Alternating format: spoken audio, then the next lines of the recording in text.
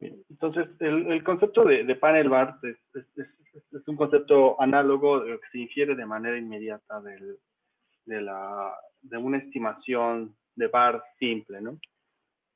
Bien, en cierto sentido, el panel bar es una generalización del bar de orden P, con la salvedad de que ahora las series no son series univariadas como tal, sino son series en su formato panel. En estricto sentido, siguen cumpliendo la condición de ser estacionarias. Entonces, una de las restricciones que vamos a buscar que se cumplan en el caso de los modelos de panel bar es la estacionalidad de las series incluidas en versión panel. En ese sentido, la única condición es únicamente haber hecho una prueba de raíz unitaria. Entonces, digamos que esa es la única condición sobre las series, ¿no? Entonces, verificar que cada una de las series incluidas, acuérdense, son series en formato panel, entonces tienen dos índices, sean estacionarios, ¿no? Como les mencioné en la clase pasada, la formulación más sencilla para probar que una serie es estacionaria, al menos en panel, es la generalización de la prueba de Dickey-Fuller, pero para panel. Existen otras pruebas, pero en general la más popular, al menos en panel, es la Dickey-Fuller, bajo la especificación de Pesaram, ¿no? Que es la forma más sencilla de estimar si una serie es estacionaria o no. Entonces, al hablar de un modelo bar, entonces ahora voy a hablar de una variable y que va a ser multivariada, que está en su formato panel. Entonces eso quiere decir que cada una de las entradas de este nuevo vector, cada una de las y incluidas, va a ser, vamos a llamarle y, le voy a poner un supraíndice para distinguirlas. Entonces, la variable 1 en el momento t para el individuo i, la variable 2 en el momento t para el individuo i. Y así me voy hasta la variable késima en el momento t para el individuo i. Entonces, mi vector ahora se compone de series en formato panel. Cada una de las series, entonces, estará indexada por el tiempo y por los individuos. Dicho eso, entonces, si esta es mi formación o mi especificación de las series que voy a analizar ahora, entonces, mi modelo bar, de forma análoga al bar univariado, mi bar P, voy a recordar nada más cómo era el bar P sencillo, ¿no? El bar P sencillo era una variable y en t, que dependía de una media más una suma desde, creo que usamos J, pero voy a usar L en este caso. L, desde L igual a 1 hasta P, de A, L, de la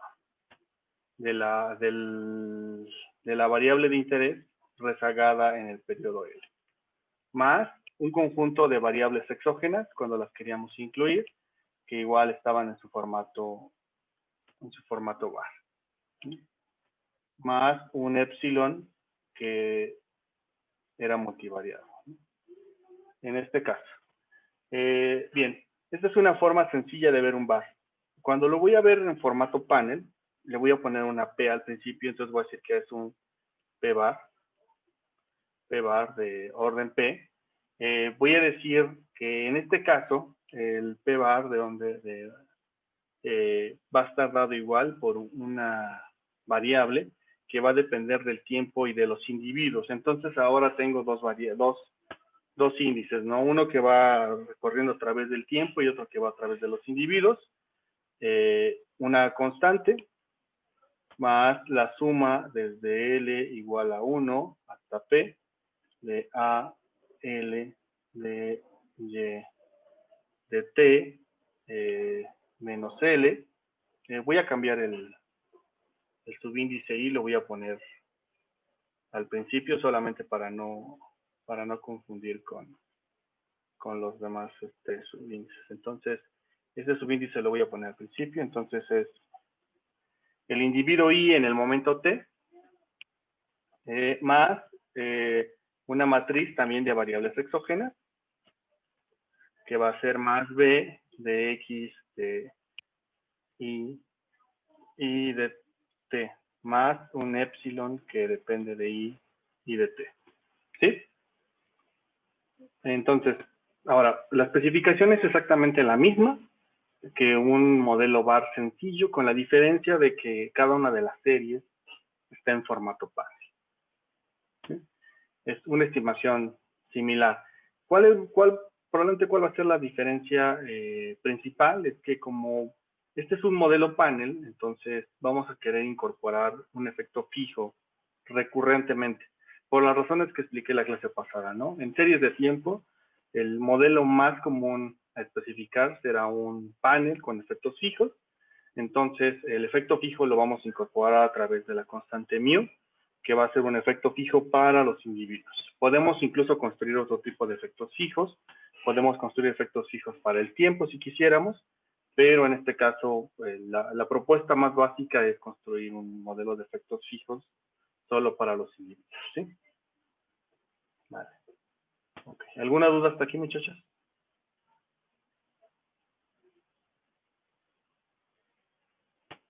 Vale, ok.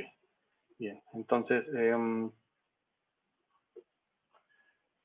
algunos de los supuestos que se siguen cumpliendo en este caso es que el valor esperado del término de error va a ser igual a 0 y que la varianza del término de error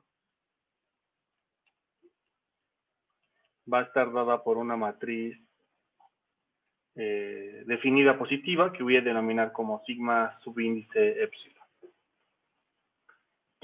Es una matriz definida positiva que va a incluir la varianza. Acuérdense que este tipo de matrices, la única condición que tienen es que tienen autocorrelación contemporánea, pero no tienen, bueno, tienen correlación contemporánea, pero no tienen correlación no contemporánea. Es decir, las variables se correlacionan solo en el momento t, pero no se correlacionan con información pasada de la misma variable, ¿no?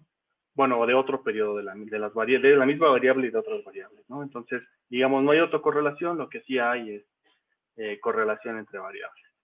Este tipo de modelos se suelen estimar bajo una metodología de método organizado de momentos, y se puede modelar ya sea en su forma que escribí arriba, en su forma convencional o en su forma en diferencias. Digamos que la convención siempre es en la literatura es encontrar este tipo de modelos expresados en una condición de un modelo en diferencias. Entonces, normalmente ustedes los van a encontrar como expresado como la diferencia de y de t, perdón, de y subíndice i t, que va a ser igual a la suma desde L igual a 1 hasta P de la matriz a L, diferencia del vector i t menos L, más una matriz B que va a multiplicar a la diferencia de X de y t, más una diferencia del término de error de t.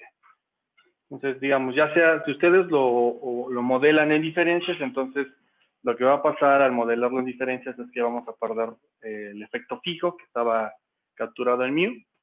Si ustedes lo modelan en su formato convencional, entonces tendrían el efecto fijo. Esa es la diferencia principal entre hacerlo de una o de otra forma. Les digo, cualquiera de las dos formas es válida, siempre y cuando tengan claro qué es lo que están modelando. Bien, veamos un ejemplo muy sencillo de cómo estimar un modelo bar en su versión panel. Y luego de eso retomo la idea de los modelos de cambio de régimen. Entonces, voy a ir a R. Voy a utilizar la clase 24.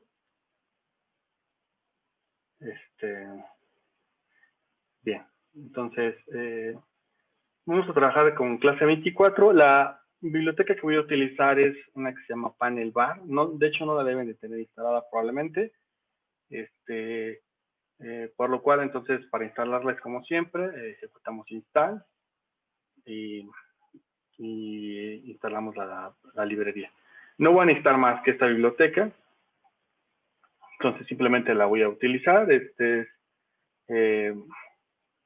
Es una de las más, una biblioteca que también en R es colaborativa, entonces en realidad pues siempre nos sometemos a la posibilidad de que tenga alguna modificación futura, porque normalmente ese tipo de bibliotecas están actualizándose constantemente. Entonces, voy a ver un par de ejemplos muy sencillos para estimar un panel bar. El primer ejemplo es, voy a utilizar un conjunto de datos que son de Arellano y Bones de 1991. Es un ejemplo clásico de libro de texto. Simplemente son datos de empleo, salarios y capital y productos de 140 empresas en Reino Unido entre el 70 y el 84, 76 y 84. Vamos a estimar un panel muy sencillo, de tal manera que vamos a tratar de encontrar una variable que explique el empleo, que va a ser explicada por el rezago del mismo empleo y otras variables que voy a incluir aquí abajo. Bien, entonces, para los datos, voy a utilizar la función data, nada más para llamar a los datos. La biblioteca previamente tiene cargada esta información, entonces lo único que voy a hacer es data, ABData, entonces es la información del paper de Arellano y Bones. Como les dije en la clase pasada, este tipo de información cuando los llaman, en un principio no está descargada la información, porque si ustedes se dan cuenta, la respuesta que me dio es una promesa, es decir, lo único que ha hecho es decirle a la biblioteca es quiero utilizar esta información, pero en estricto sentido no la ha cargado a R, sigue estando en el ambiente de la biblioteca, pero sin extraer la información. ¿Cómo extraemos la información? Hasta que pensamos operar con ella, ¿no? Entonces, la primera operación que voy a hacer de la información es extraer sus nombres. Una vez que extraigo los nombres, la información ya está disponible en mi máquina. Previamente a esto, yo pude haber dado clic aquí y no me arrojaba nada. Después de haber preguntado por los nombres de la información se descargó. Bien, la información está en su formato panel. Entonces, eso quiere decir que lo que tengo es, cada uno de los individuos. Fíjense, tengo individuo 1 y sus 10 periodos, ¿no? Perdón, sus 20, son del 77 al 83, tengo información en realidad. Entonces, digamos que tengo, para cada una de las empresas, tengo esta información. Luego, la siguiente información, es decir, donde empieza otra vez 77, empieza a cambiar la información, así sucesivamente. Bien, ¿cómo los puedo distinguir? Por la columna ID, puedo ir distinguiendo las empresas. Tengo empresa 1, empresa 2, empresa 3, así sucesivamente. Bien, lo que voy a hacer ahora, entonces, es hacer una estimación. Voy a utilizar la función PBR para indicar que es un modelo bar panel, y la estimación es por un procedimiento generalizado de momentos. Entonces, la función requiere de los siguientes elementos para poderse estimar. Bien, entonces, ¿qué es lo que voy a hacer?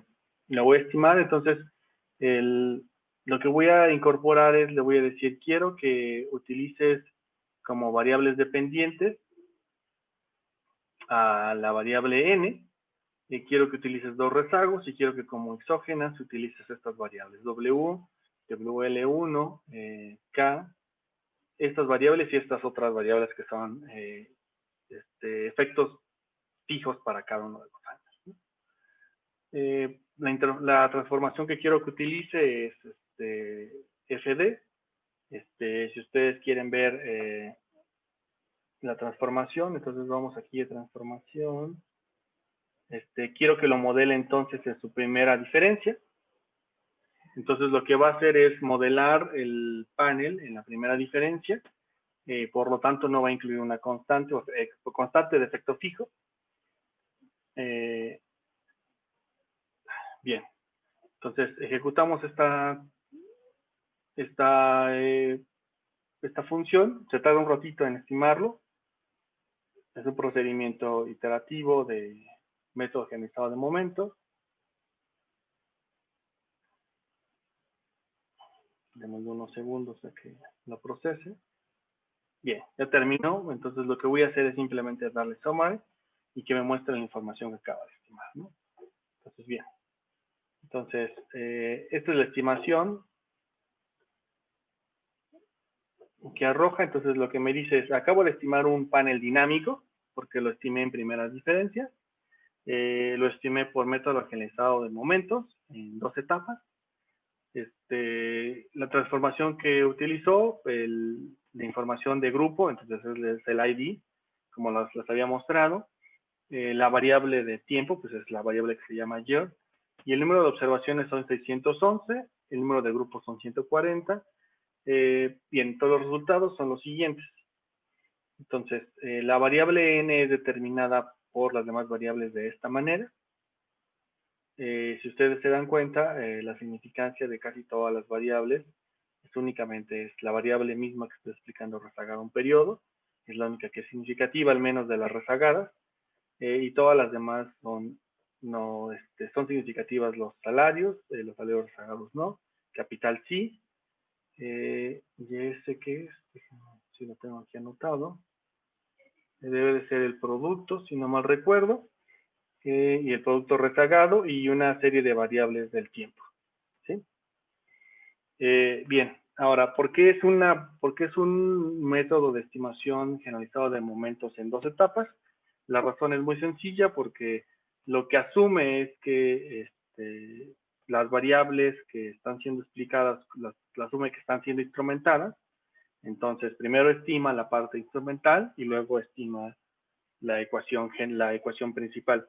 Si se acuerdan muy de sus cursos de econometría, probablemente 1, tal vez 2 en algún caso, cuando vieron método de variables instrumentales, debieron haber visto un procedimiento de estimación generalizado de momentos.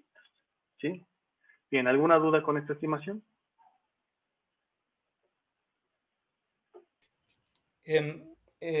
Al último, en lo de las notas nos puso que sacó la primera diferencia de toda la ecuación.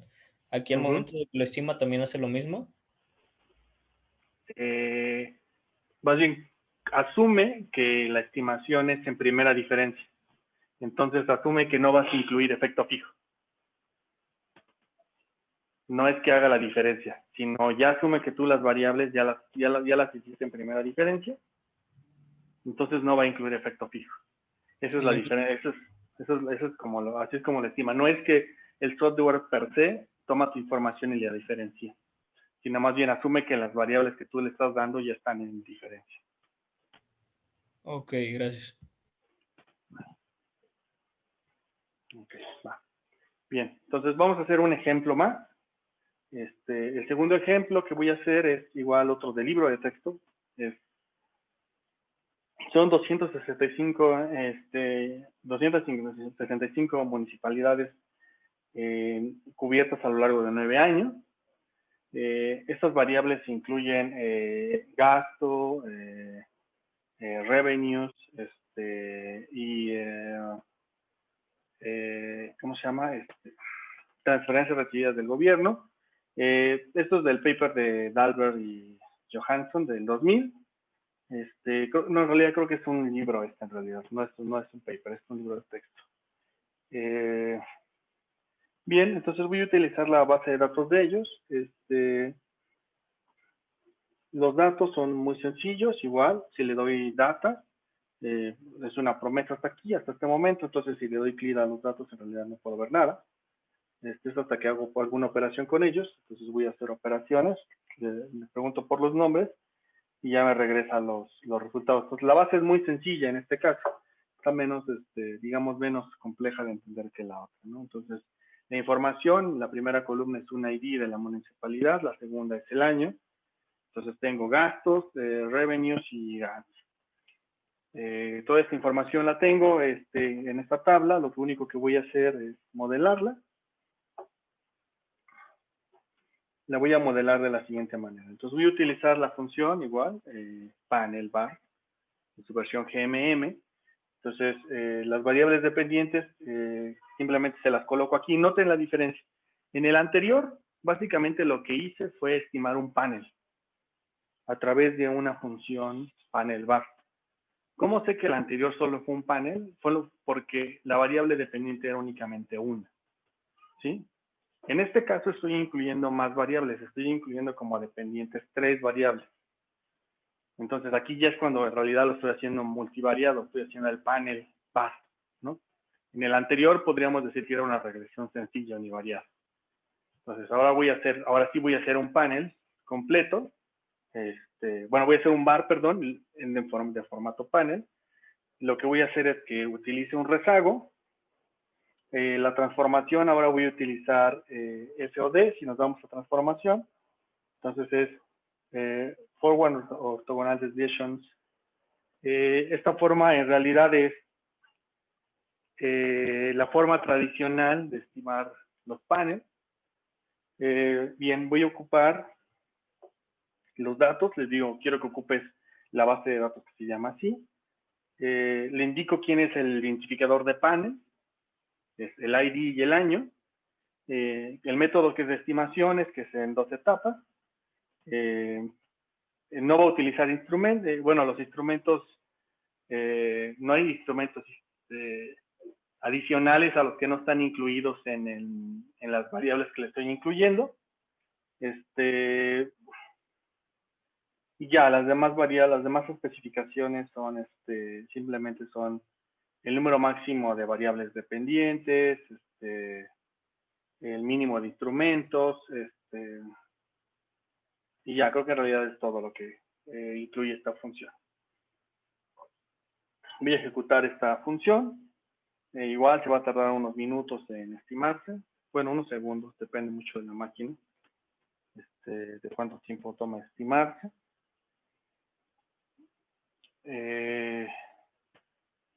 Ahí va.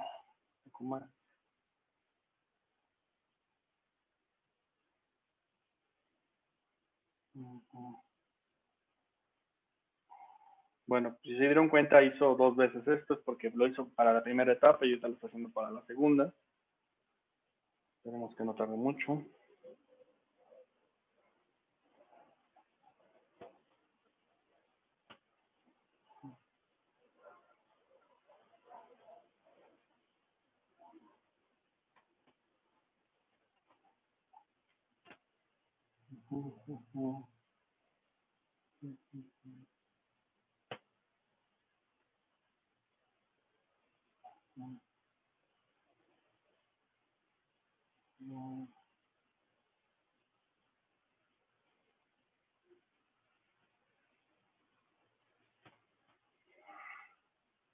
Bueno, una de las cosas que nos está advirtiendo como resultado es que al parecer la matriz que está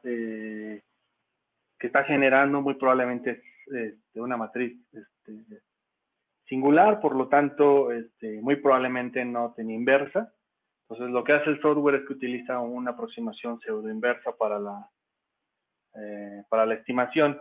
Este es un problema que va a ocurrirles muchísimo entre más multivariado hagan sus estimaciones. En este caso, ya son 2 dimensiones que estamos analizando, tiempo e individuos.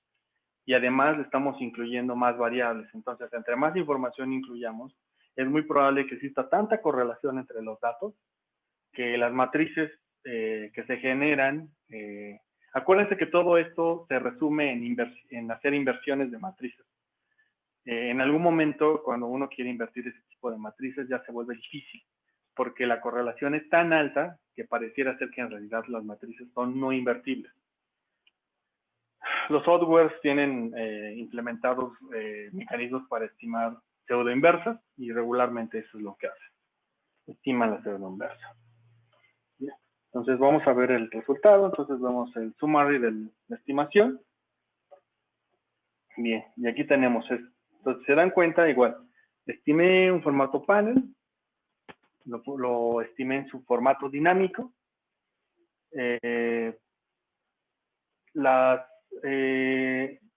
Lo único que estoy haciendo ahora, a diferencia del otro, es que se ve ya la estructura de panel. Entonces tengo las tres variables con la información de las tres variables rezagadas. Entonces ya se ve en este formato matriz. Esto ya se parece más a lo que habíamos visto cuando veíamos un bar, ¿no? Pero acuérdense que cada una de estas variables en realidad es una variable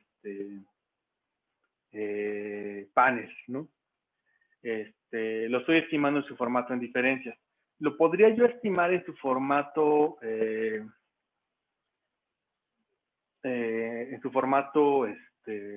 normal, convencional. El único problema que tengo, o más que el formato normal o convencional, es que el formato sin diferencias, que es al que me estoy refiriendo en este momento, implicaría que las series de origen eran estacionarias. El problema casi siempre con las series macro que trabajamos es que no son estacionarias normalmente niveles, por lo que requieren su primera diferencia. Y cuando hacemos la primera diferencia de las series es cuando perdemos el efecto fijo. Entonces, por esa razón es que normalmente se modelan en su formato de diferencias y en su formato dinámico, vamos a llamarlo de esa manera. Bien. Voy a hacer otra estimación.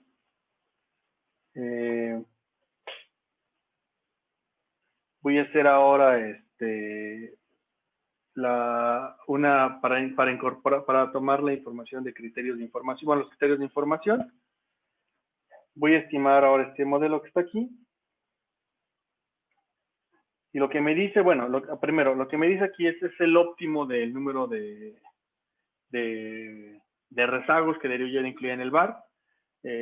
Seguramente ustedes, es una de las dudas que tenían, ¿no? Entonces, ¿cómo selecciona el número de rezagos en este bar? Igual, son por criterios de información. También hay funciones específicas para determinar el óptimo, y el óptimo se determina con estas funciones de selección de rezagos. Lo que me dice los tres criterios de información es que un rezago es suficiente. Entonces lo voy a estimar como, nada más por modificarlo, lo voy a modificar a 2 rezagos. Vamos a estimarlo a 2 rezagos. A ver cómo se ve, y le voy a aplicar la prueba de selección de rezagos para que me diga cuántos rezagos será si es que yo utilizara 2. Lo deseable sería que, aunque incrementara yo el número de rezagos y aplicara la prueba, me siguiera diciendo que el número óptimo de rezagos sigue siendo 1. Vamos a ver si eso es cierto.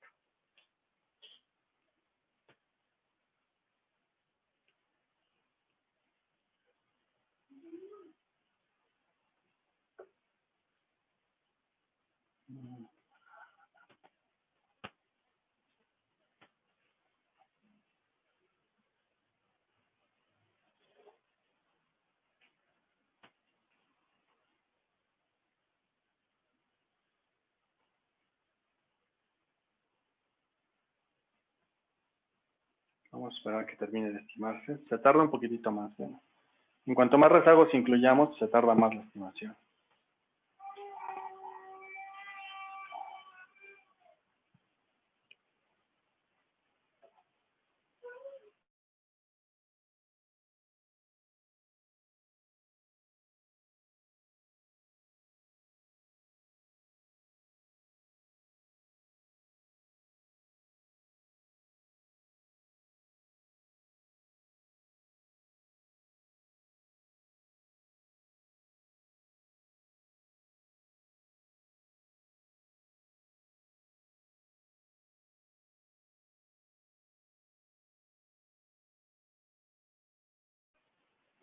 Y otra vez, cuando hacemos esta estimación, sucede que la pseudoinversa es la opción, porque la matriz es probablemente singular. Vamos a probar cuántos rezagos dice que eran. Bueno, no obstante que estimé un modelo con 2 rezagos, cuando aplico la prueba sobre ese modelo, me sigue diciendo que el óptimo era incluir un rezago, ¿no? Entonces, el modelo probablemente el más adecuado es incluir únicamente un rezago. Entonces, la diferencia entre lo que hacíamos cuando hacemos VAR convencionalmente, que era que hacíamos una prueba general y nos decía el número de rezagos óptimos. En este caso, lo que tenemos que hacer es estimar VAR con un número de rezagos determinado, aplicarle una prueba para verificar si es que ese era el que generaba el número más pequeño en el criterio de información. Lo repetimos para un modelo un poquitito más amplio y verificamos nuevamente si es que se sigue preservando que el número de rezagos era el que habíamos encontrado originalmente. Entonces, en este caso, el número de rezagos óptimo es 1. Bien. Ahora, al igual que en el caso de los VAR convencionales, lo que tenemos que hacer ahora es verificar si el polinomio asociado a este VAR también cumple las condiciones de estabilidad y eso implicaría verificarlas. Entonces vamos a verificar las condiciones de estabilidad. Con vamos a imprimirlas. Entonces aquí lo que tengo es básicamente todos los valores propios del polinomio característico asociado a este VAR. Y puedo verificar si es que todas las raíces o todos los valores propios, el módulo de estos valores propios, perdón, es menor a 1 para poder comprobar que la solución es estable en el largo plazo. Una forma muy similar a lo que hacíamos en VAR, a lo que originalmente hacíamos en los procesos autorreactivos. Puedo hacer un plot de estas cosas y el plot se vería de la siguiente manera. Lo que estoy viendo entonces es el número de raíces asociados al polinomio para verificar si es que el proceso es estable en el largo plazo. ¿Sí? ¿Alguna duda hasta aquí?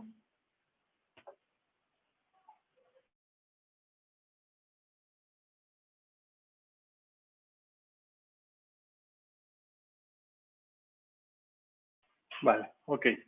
Bien, entonces, lo único que voy a hacer ahorita para finalizar esta sección es, pueden hacer análisis de impulso-respuesta también cuando hagan panel.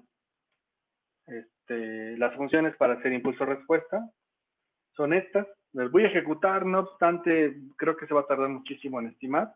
Entonces vamos a ver si de aquí a algunos minutos adelante alcanza a terminarse y verificamos. Entonces, simplemente hago la especificación. Lo que quiero es que estime 8 periodos hacia adelante, que haga un impulso-respuesta, y que haga una aproximación bajo 2 esquemas, no un esquema únicamente que considere 8 periodos hacia adelante vamos a ver cómo se va el resultado con esta estimación. Se va a llevar un rato. Si no, no creo que termine. Vamos a ver. Le voy a dar unos segundos. Si no termina, lo dejamos. Profesor, yo tengo una duda porque me perdí un poco al principio de la clase. ¿Cómo determinábamos si estimábamos el modelo en diferencias o en niveles? Bueno, es de la misma manera en que lo hacíamos cuando hacíamos un VAR. Verificamos si la serie es estacionaria o no. Si la serie es estacionaria, si las series que tú estás considerando en tu panel ya de origen son estacionarias, entonces lo puedes modelar sin diferencias, ¿no? Lo incluye. Si tus series son no estacionarias, que es lo más probable, entonces las diferencias, las modelas en su forma dinámica. Al diferenciarlas, una de las cosas que pierdes es el efecto fijo, ¿no? Porque eso es lo primero que pierdes cuando haces una diferenciación en panel. Así es como se vería. No sé si fue clara mi respuesta. Sí, fue claro. Gracias, profe. Perfecto. Profe, una pregunta. Si tienes una variable que es estacionaria y otra que no, puedes meter una en primer nivel y otra diferenciada. No, tendrías que hacer la que no es estacionaria, la tendrías que diferenciar. Sí, la diferencia, si la otra la puedes dejar sí, como está. Como está. ¿Sí? Ok. No, ¿no hay problema? No, no habría problema. No. Ok, profe. Sí, no, no habría problema. La única pregunta, la única cosa que a lo mejor aquí nos tendríamos que tener a pensar es si al hacer eso se sigue preservando la idea de que el efecto fijo se perdió o se puede mantener, ¿no? Porque eso es un razonamiento más amplio que tienes que hacer. Es decir, cuando diferenciaste una de las variables, es suficiente como para decir que ahora el modelo ya no tiene efecto fijo. Es algo difícil de pensar. O sea, sí hay que tomarse un tiempo para pensar ese caso. Ok, profe. Porque es muy sencillo cuando las series son no estacionarias, que las diferencias y que pierden el efecto fijo. Pero no es tan sencillo cuando solo una va a ser diferenciada. Ahí sí ya es un poquito más difícil de pensar, ¿no? Ok, profe, gracias. Bien, se va a tardar un rato, o sea, lleva 3 iteraciones de 500, entonces la voy a dejar ahí a ver si termina. Y ahorita de aquí a lo que conversamos unos minutos más del siguiente tema de la clase. Si no, dejen un ratito en su casa y pueden ver los resultados. ¿Vale? Ok, bien. Entonces, con esto cierro los modelos panel. No sé si tengan alguna duda sobre panel. Profe, yo tengo una duda.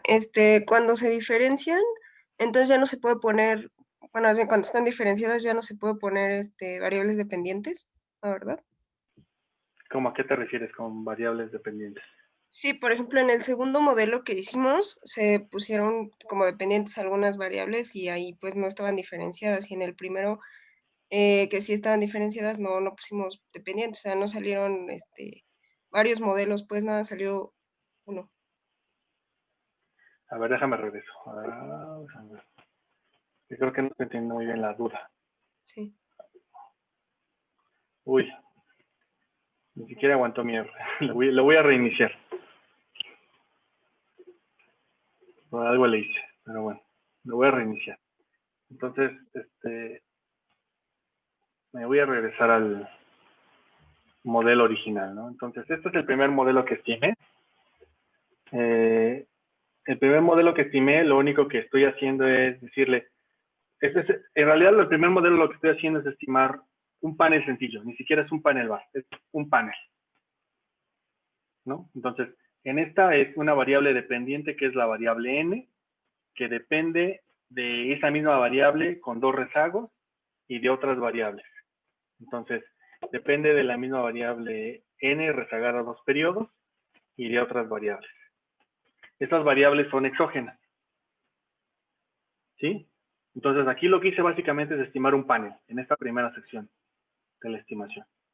¿Sí? ¿Hasta ahí estamos bien, Lisette, o hay algo que se me haya perdido de explicar ahí? Sí, está bien. ¿Sí? Ok, va. Ahora, mi segundo modelo. Mi segundo modelo, lo que estoy haciendo en el segundo modelo es, ahora sí lo estoy llevando al siguiente nivel. Lo que le estoy diciendo es, son 3 variables dependientes. Entonces, lo que estoy haciendo ahora sí es formar un caso multivariado en el cual estoy incluyendo 3 variables. Las 3 variables son incluidas y van a depender únicamente de la misma información de las variables, pero rezagada a un periodo. No estoy incluyendo otras variables exógenas. Lo que estoy diciendo es, lo estoy estimando como un bar sencillo, un bar de orden 1. Sí. Ahora, dicho eso, no sé si la duda sigue siendo la misma o cambió. Sí, o sea, la duda era que si con, digamos, diferenciadas las variables solamente se puede hacer como dependiente como una y en el otro caso que no están diferenciadas sí se puede hacer con varios, así como ya No, en los dos casos están diferenciadas. El tema es que en uno es un panel y en el otro es un panel bar. Esa es digamos, la distinción. Digamos que las series están ya incluidas en diferencias. No las estoy incluyendo en su forma niveles. De origen okay. los datos ya venían diferenciados, sí. Vale, es que como el transformation, bueno, la parte de transformation decía forward, no sé qué, yo pensé que eso era que no estaban diferenciadas. No, No, únicamente la diferencia entre una y otra es simplemente el proceso de estimación, pero en realidad en ambos casos están en diferencia. En ambos casos están en diferencia. ¿Sí? Ahora bien, porque estamos viendo un caso muy particular de estimación. Estamos suponiendo que las series de origen no son estacionarias, entonces hay que diferenciarlas. Esa es como la restricción principal en estos modelos de panel bar que estoy viendo. Digamos que estoy viendo un caso muy particular. Se puede extender a otros casos, ¿no? Pero vamos a pensar que esta es una introducción a panel bar. Panel bar es, digamos, toda una rama muchísimo más amplia de las series de tiempo. Le estamos dedicando un pedacito nada más de la clase, ¿va? Vale. ¿Alguna otra duda, muchachos? Sí, yo, profe, una pregunta. Cuando vimos los bugs de orden P, hicimos pruebas a los errores. En este caso también se pueden hacer pruebas a los errores.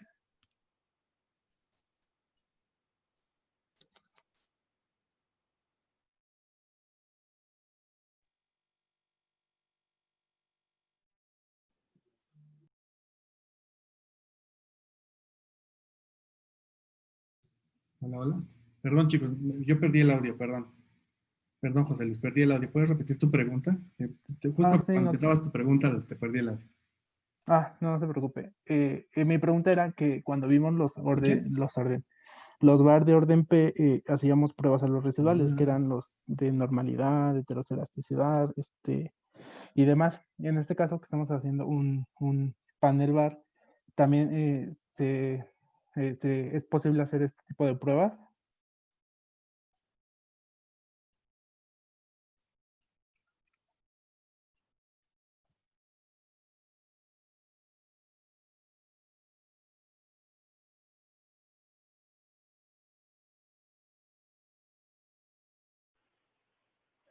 Hola, chicos, ¿me escuchan? Perdí el audio. Escuchamos. Sí. ¿Sí? Ahorita. Sí, perdón. Sí, perdón, José Luis estaba preguntándome algo, ¿no? Pero perdón, Sí, no se justo ya preocupe. no pude escuchar esa pregunta.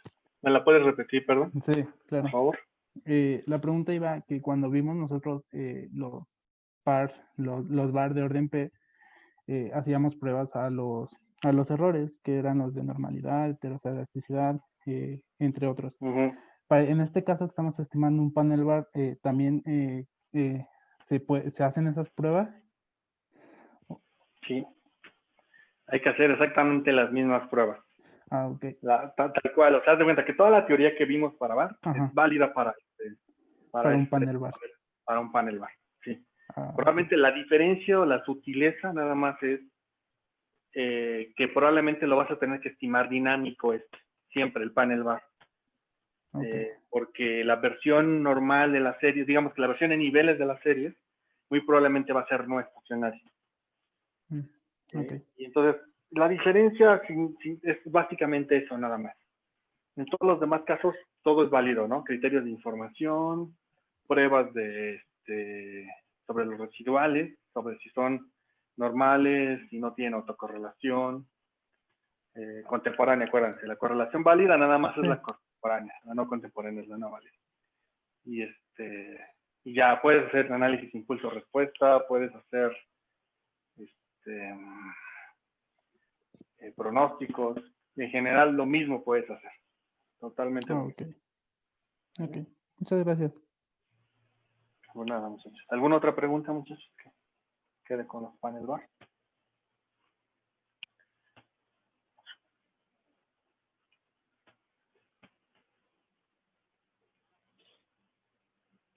Ok, vale. Bien, entonces, quería yo dedicarle unos minutos yo a los modelos de cambio de régimen, pero creo que no me va a dar tiempo. Entonces, nada más, quiero cerrar la clase con esto, con mi plan para las siguientes dos clases, ¿no? Las siguientes dos clases voy a ver modelos de cambio de régimen y voy a ver dos vertientes de modelos de cambio de régimen. Uno, que son los modelos de cambio de régimen cuando existe una variable que nos permite determinar cuándo cambió el régimen de la serie. Y otra serie de modelos en las cuales el cambio no puede ser determinado por una variable que podamos observar. Entonces vamos a decir que hay cambios de régimen con variables observables y cambios de régimen con variables no observables. Los primeros cambios de régimen con variables observables son modelos, en realidad, que se les dicen como modelos autorregresivos con umbral. Son muy sencillos de estimar. Eso los vamos a estimar en la siguiente clase. Va a ser el primero que voy a hacer el jueves. Luego están los modelos con cambios de régimen para variables no observables. Y esos básicamente son, digamos que el más popular de esos modelos son los modelos de Markov de cambio de régimen. Entonces, lo que voy a hacer el jueves es estimar un modelo sencillo de cambio de régimen con umbral. Y lo que voy a hacer el martes es estimar un Markov Switching Model. ¿Vale? Ese es mi plan para las siguientes 2 clases. Pasadas esas 2 clases, lo que quiero hacer es escuchar ahora sí sus propuestas de ensayos o de proyectos finales. ¿Vale? ¿Alguna duda hasta aquí, muchachos? Profesor,